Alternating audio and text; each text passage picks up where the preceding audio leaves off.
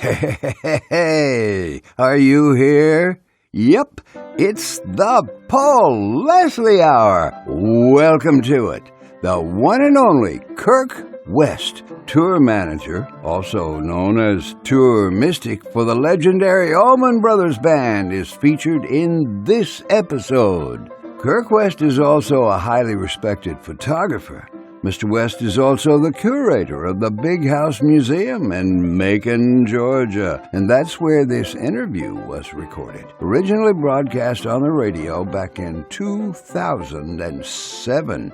The Big House Museum was home port for the Allman Brothers Band in the early years. In addition to some of the band's members living there, songs were written there. Rehearsals took place there, and the foundation was laid for one of the best, most influential, and unique bands in history, the Allman Brothers Band. Kirk West is instrumental, no pun intended, in preserving many Allman Brothers Band artifacts and pieces of history at the Big House Museum.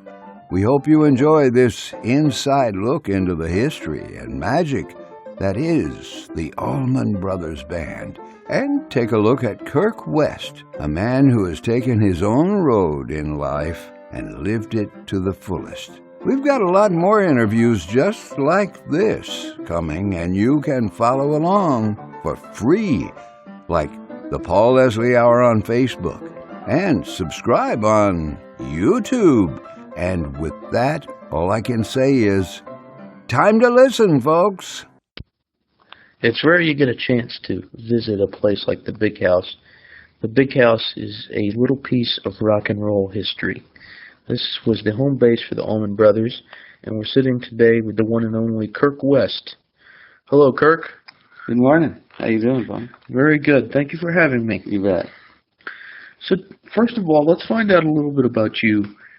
Where do you come from, and how did you get here? It's been a long, strange trip. I was born and raised in Iowa and moved to Chicago in late '68, and got my eyes pried open and my head cracked wide by the Paul Butterfield Blues Band. And when I was still in high school, and the first chance I got, I hightailed it to where they were. And spent several years in Chicago, floated around America here and there, and settled back in Chicago in '77, then moved to Macon down here in '93 when we bought the Big House. My wife and I bought the Big House on Vineville Avenue in the summer of '93 and moved down. The long and the short of it is that I was turned on by music, and I don't play anything, but by some fortune and good luck, I was able to make a living inside the music business one way or another. Photography for a long time, album cover work and tour photography and that sort of thing. And met the band real early, met the band as a fan in 1970. And over the course of, throughout the 70s, was really involved in the Allman Brothers scene just simply as a passionate fan, and gradually got to know the guys. And then over the course of the 80s, my business as a photographer blossomed in Chicago, and I started doing a lot of photography work for the boys. And in '89, when they got back together the second time, hired on as the tour manager, assistant tour manager, and it just kind of grew from there. Infected me, kind of like some sort of. Yeah, no, it was a good thing. So, when you think about the Allman Brothers in those days, what is something that most people don't know that you think about that maybe the public doesn't know? Well, I think the biggest thing, and I'm not going to start telling stories out of school or anything, but the biggest thing I think that is important to keep in mind is that it's their regular guys. They're guys that, just like any of us, that had a dream and worked hard to get it come true, but they're just like all of us. They're filled with failings and insecurities and bad habits and good intentions, and it's a risky thing to get too close to your heroes. you know, because they'll invariably let you down, you know. And if you know somebody only through their art, be it music, which is the thing we're talking about here, but through their writing or through their painting or whatever, you know, you develop this image of somebody, you know, maybe an actor. And you have these concepts that you lay on them. And then if you get the opportunity to test those concepts, you know, oftentimes they're way off base, way off mark, you know. So, you know, you get to know somebody through the songs that they write and sing, and you feel you have a connection to them, and you do, but you have a connection to their art, not necessarily to their person. And that's tough. You get inside there and you realize that, you know, this guy's just as cantankerous as the guy that lives next door that won't keep his dogs shut up at, you know, at 7 o'clock in the morning, you know, or the guy that won't fix your car right, repair your roof properly. You just don't develop those kinds of personal feeling relationships with the guy that's changing your spark plugs. And as the curator, I guess you'd say, right, of the big house? Yeah. Well, I'm the keeper of the vault, that's for sure, you know. My wife and I bought this house here in as you can see, this is a house. Yeah. People come and go in it. The big house here on Vineville in Macon was the house that the band lived in from early 70 to 73. And it was their home base. It was their harbor, their safe spot. It's where all the big dinners took place. It's where the rehearsals took place. It's where a lot of the songs were written. And it was the home, Barry and Dwayne and Greg, as well as the rest of them. Although the rest of them had their own little apartments, this was the headquarters. This was the White House. And when after Barry died in late 72, they moved out and they bought the farm out north of Macon here. And so in 93, my wife and I moved down from Chicago, bought the house, and kind of opened it with the intention of doing a bed and breakfast, kind of a museum bed and breakfast. But the zoning ordinances in Macon prohibited any kind of real bed and breakfast operation. So we just had it as an informal museum, you know. Our philosophy was that you can take no for an answer. You can knock on that front door, and if we're not busy, we'll let you in and share it with you, you know. And with that in mind, we've had, since September of 93, we've had over 17,000 people knock on that front door. And people from all over the world, and people from all over the world have knocked on that door, and we've let them in, and it's been pretty cool. And we've got a couple rooms designated as archive rooms. And about 2 years ago, we were getting to the notion that maybe it was time for a few less knocks on the door, and in our life. And so I was looking for somebody to kind of take it over and share with the world what we've been doing. And I couldn't find the right combination of heart, intention, and a bank account. So one of the guys that had two of the three suggested to us that perhaps we start a not-for-profit foundation, raising money that would be tax-exempt, tax-deductible, and create the Big House Foundation, was what it ended up being. And with the intention of the foundation would own and manage the Big House Museum. And that's what we're involved in. We're turning this entire 6,000 square foot, 106-year-old mansion into an Allman Brothers Museum. The entire first floor will be display rooms. Second floor will probably be research rooms, where we'll have a document room housing all the contracts and all the legal things and magazine articles, the paper room. We'll have another room upstairs. It'll be all, it's pretty freaky, but all the photographs. We've got over 40,000 photographs of the band, starting with baby pictures of all of them, or wedding pictures of their parents. I mean, it's just, and so we'll have access to all of that, and we'll have instruments and clothing and posters and awards, and it's a full-blown museum. And we've got the collection. It's just that since my wife and I live here, it's not all on display, because you got to carve out space to actually, watch the Olympics and stuff, So it's a process, and we've got a lot of people through in with us.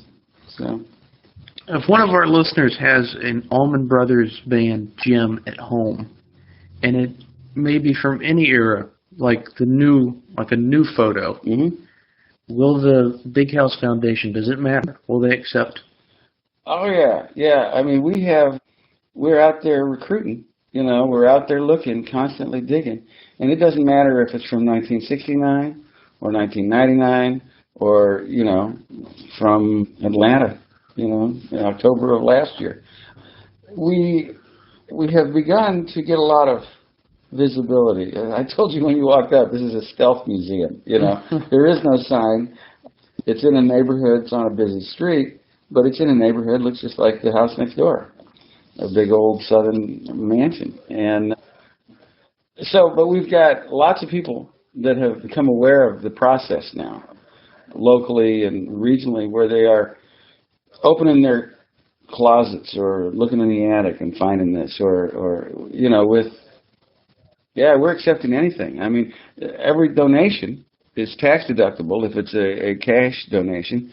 On the other hand, if you've got memorabilia or photographs or posters or whatever, we can appraise that, and a donation of that is also tax deductible if you're in that I deduct my expenses from my taxes mode of life. But it's a very cool thing. We've had people come in here and be astounded by it all, and get into a thing where people will come in and say, "Oh my God, well, I've got these scrapbooks at home that I've been saving, and they need to be here, or I've got posters that have been up on the garage wall for 25 years, and you need to have them." So there's been a lot of that sort of thing. So whether financially or with a historical item from the Allman Brothers Band, how can someone get it to the museum? Well, there's a couple different ways. We've got a website. It's called thebighousemuseum.org. And all the address for the foundation, the office of the foundation is there, contact phone numbers, email addresses, that sort of thing. And it's a really pretty cool website, too. A lot of information, a lot of photographs. Or they could just drop it in the mail or drop it by. Come by. I mean, if you haven't been here, you need to come.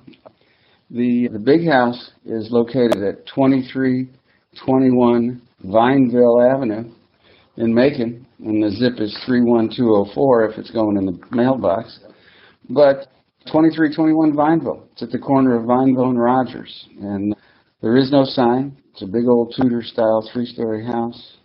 And it fits right into the neighborhood. If you're coming from out of town, it might not hurt to call ahead, because we're not an official, 9 to 5 kind of operation. Phone number that you can make an arrangement or an appointment is 478-742-5005. And my lovely bride, Kirsten, will answer the phone and say, "Listen, I'm coming down from Athens, or I'm coming down from, New Hampshire." And we get them. We get them from Japan. We get a lot of visitors from Japan and Germany. Really? Yeah. And I suspect after we're done fighting this war, we'll get a lot of Iraqis. Yeah.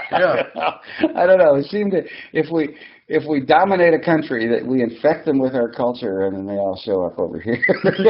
So that's whack. I don't know. I guess a lot of people from Iraq would really like the Derek Trucks Band, for instance. There's a strong Eastern influence there. Absolutely. In fact, Absolutely. The first time I ever saw you, you were on stage at a Derek Trucks concert. Oh, really? Yes, that was a wonderful evening. No. That's it. Was it this past? New Year's Eve, yes. Yeah, I did my little New Year's Eve thing. That was a good night. That was a great night, in fact, with Scrap-O-Matic and Susan's band and Derek. That was a great evening. And there was a special appearance from Greg Allman. Yeah, yeah. Greg gets a little antsy, you know. He didn't go out with his own band, Greg Allman and Friends, this winter, and so he hasn't had any serious playing since we finished up first week of end of October. And so the mule comes through, plays the Tabernacle. He comes up and sits in for half a dozen songs. Derek plays New Year's Eve, and he comes up. You know, he's actually in town tonight. Going to go hang with his old buddy Randall Bramlett, play a little, I think. So, you know, got to keep them chops up, you know, in the cold winter months. There's so many bands that, you know, you just think, wow, the Allman Brothers Band, but then each member of the band has their own, you know, their own flavor that they bring to the music. But then on their own, it's like you keep thinking, wow, I can eventually hear it all. Mm-hmm. But then you just keep discovering stuff. Oh, yeah. Yeah, it's pretty interesting. This band, the current band, with Derek and O'Teal and Warren and Mark and Butch and J-Mo and Greg, is as diverse in influences as the original lineup was. You know, you've got Derek is serious world music and Eastern music student. You know, he really studies that stuff, and he inputs that into his own music. And O'Teal is, you know, funky jazz, and Haynes. You know, I think Haynes more than anything is the one guy in that lineup that is influenced by the Allman Brothers Band. You know, I mean, that's his main influence. I mean, he's got the soul stuff of, you know, the soul singing thing that he got from lots of other people, and he had a lot of Clapton in initially. But I think overall, Warren is influenced more by the Allman Brothers than a lot of any of the other second or third generation guys in the band. And you would think, well, Derek, Christ, he's, you know, Butch's nephew, and everybody talks about him as if he's, you know, reincarnation of Dwayne. But Derek has made it a point to seek out these other things, and Quinones is one of the world's greatest Latin percussionists, and he's been with us since 1991, for God's sake. And so, but you look at that and you go, okay, the influences that created the Allman Brothers was the jazz of and R&B of J-Mo, the straight folk pop of Butch, Chicago blues and psychedelic from Barry and Dickie, and Dickie brought in the country as well, and then the straight up, you know, soul stuff that Greg was a huge fan of. So you got all these things that Dwayne said, we need that, we need that, we need that, and created that stew. And that same concept is exactly what the Allman Brothers do today. After 37 years, they're doing the exact same thing. It's different ingredients. There's a little less country and a little more of that salsa. I hope. This other thing, this thing coming in from the east that Derek's bringing to town.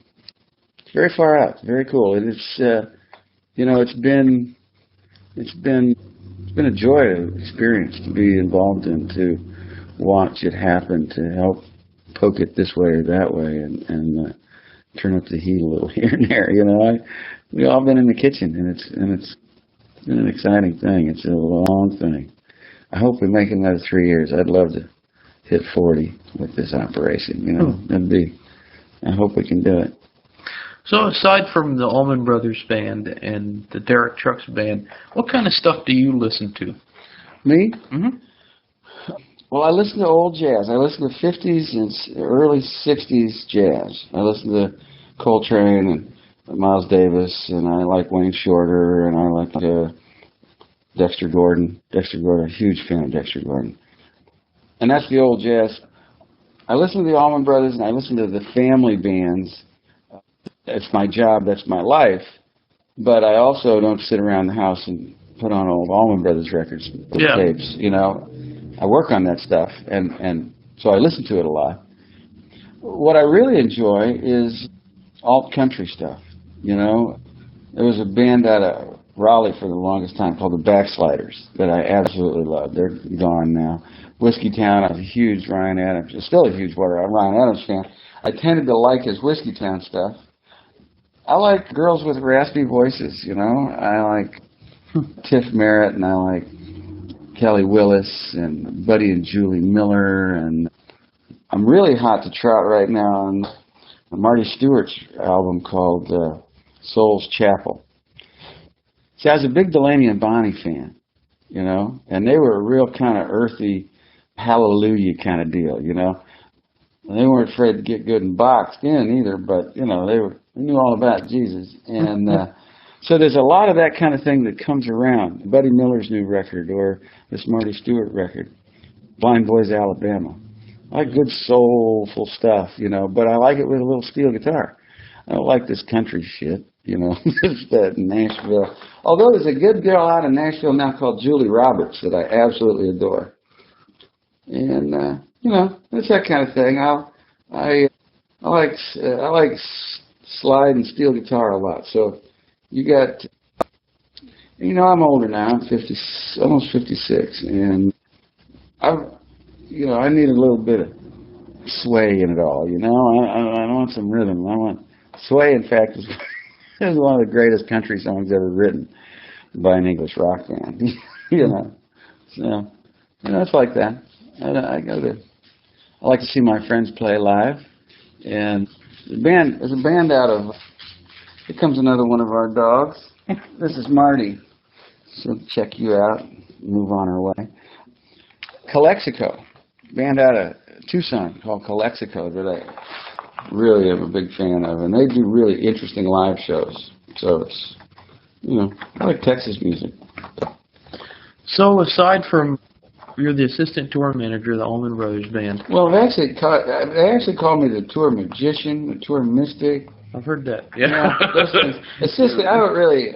We all kind of assist. You know, it's like assisting sounds like you're helping somebody, and I do. I help everybody. You know, I'm an assistant in life. But do you still do photography occasionally for the brothers? Yeah. Oh yeah. Sure. I've done most of the album covers since they got back together in '89. Publicity stills, stuff like that. A guy named Danny Clinch shoots this pretty regularly. And we've had a couple artwork kind of covers, you know, the elephant on Hitting a Note. But, you know, yeah, I get to shoot. I still shoot on occasion. I don't seek photography out jobs, you know. I don't seek them out, but they've come to me some. Shot an album cover a couple of weeks ago here. In fact, the last two album covers that I've done for somebody other than the Allman Brothers, we shot here on the property. There's a really good garage out back. Old, never been painted, fallen down garage. At one angle, it looks like an old juke joint. Another angle, it looks like, you know, some cabin in the woods. So when you're not doing things with the big house or doing things on the road with the Allman Brothers Band, what do you enjoy doing? Well, I really like watching on TV and going to NASCAR races. Yeah? Yeah, I'm a huge NASCAR fan. Back when I was a kid growing up in Iowa, I was a little gearhead, a little drag racer, built hot rods and stuff, you know. And hot rods got, you know, the cars I was building in 1967 are now worth, you know, $450,000. Wish I had a couple, you know. But you know, I like watching those guys drive fast. I like movies, you know. You know, we publish a magazine, Hitting the Note magazine. We got a little mail order company. I'm involved in that pretty heavily. And so, you know, I make sure that I got time to do what gets me off. But, you know, on the other hand, everything I do in life gets me off. Yeah. It's like I'm a pretty lucky guy, you know. I get to work with my favorite band in the world. And not only do I get to work with them, I get to impact them. I get to help direct them. It's a magnificent thing. And I live in a house that people come to because they are drawn to this place. And I get to open the door to people every day that are here to get off. You know, they're here to touch something that means something to them. So that's an interesting condition that you can share what is yours with other people because they feel like it's theirs too. And so you get that connection every time somebody comes in. So I'm a lucky guy, you know. A lot of people have touched me. I've touched a lot of people. It's a wonderful thing in life to be able to connect with something.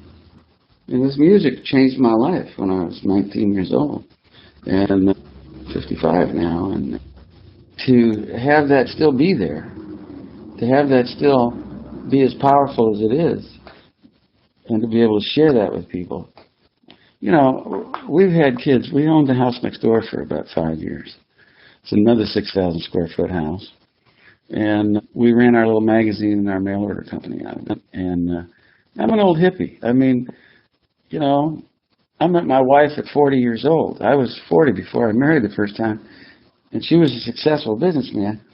I was 40 years old, didn't have a check account, didn't have a credit card. You know, I was off the grid. I was living in Chicago, you know. It wasn't like I was living in some kind of half-dirt spaceship in New Mexico or something, you know. But, you know, I had no credit rating. I had no, you know, I was kind of, I had gotten outside the system, you know, and that's what I had intended to do. And now I'm full blessed in the middle of the system. Now I got mortgages and employees and all kinds of crap. But, you know, we try to share. You know, when we had these two houses, I looked at this little corner of Vineville and Rogers in Macon, Georgia, as kind of a greenhouse where people could come here and like plant and grow their dreams, you know. We took kids out of high school or kids out of the parking lot and said, you want to learn photography? Well, here, I'll teach you photography. You package and ship these T-shirts around the world, you know, and we'll work it out. You can live here. You know, we had this commune. We had this compound here. You know, we had 6, 7 people living with us. And, you know, they ranged in age from 19 to 35 or 40. And my wife and I, and it was a groove. And then, you know, actually things got bigger than we could handle with that kind of groove. And so we moved the business to Atlanta, and it's run out of Atlanta by a couple people that actually know how to run a business. You know? So, and we're doing better with it, you know. But it was a great experience, and it's putting your money where your mouth is. You know, I mean, I lived like that in 1970, and thought it was the right way to live. And so, if it was the right way to live in 1970, it very probably could be the right way to live in 2000. You know, and if we don't get too far off base, it'll probably be a really good way to live in 2030. So. My last question to you is, you were mentioning all these people around the world that come to see the Big House, and this program goes out all over the world. So what would you, Kirk West, like to say to the world? Those people in Germany, those people in Japan, wherever they are, what would be your message to the world? Oh, wow, see the weights on here. Well, I think we ought to just really try to help each other maintain that.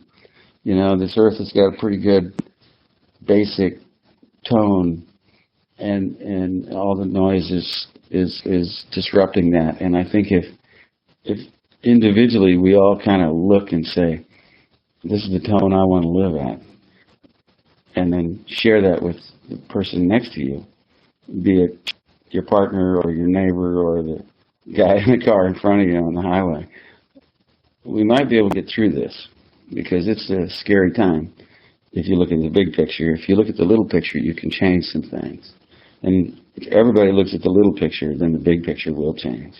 And, you know, it's I don't know. I think that we can, you know, I don't want to sound too sappy or old hippie, but, you know, we really do have the power to be able to change our world. And it used to be in the 70s, we thought we could. I thought music could. Everybody did. You know, we all believed it. And, you know, us old cats we're in charge now, you know. So it's time for us to put our money where our mouth is. And the young'uns out there that are getting turned on to people like Derek and Warren and O'Teal, the same holds true, you know. There's a lot of people that their main focus in life is economic security. And I don't know, I've lived a little bit differently, and I've had a really, really wonderful experience.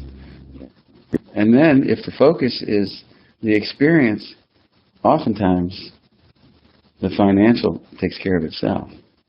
So anyway, I don't know. Come see the Allman Brothers, come by the big house, say hi to people, treat each other. I think that's... Well, thank you very much.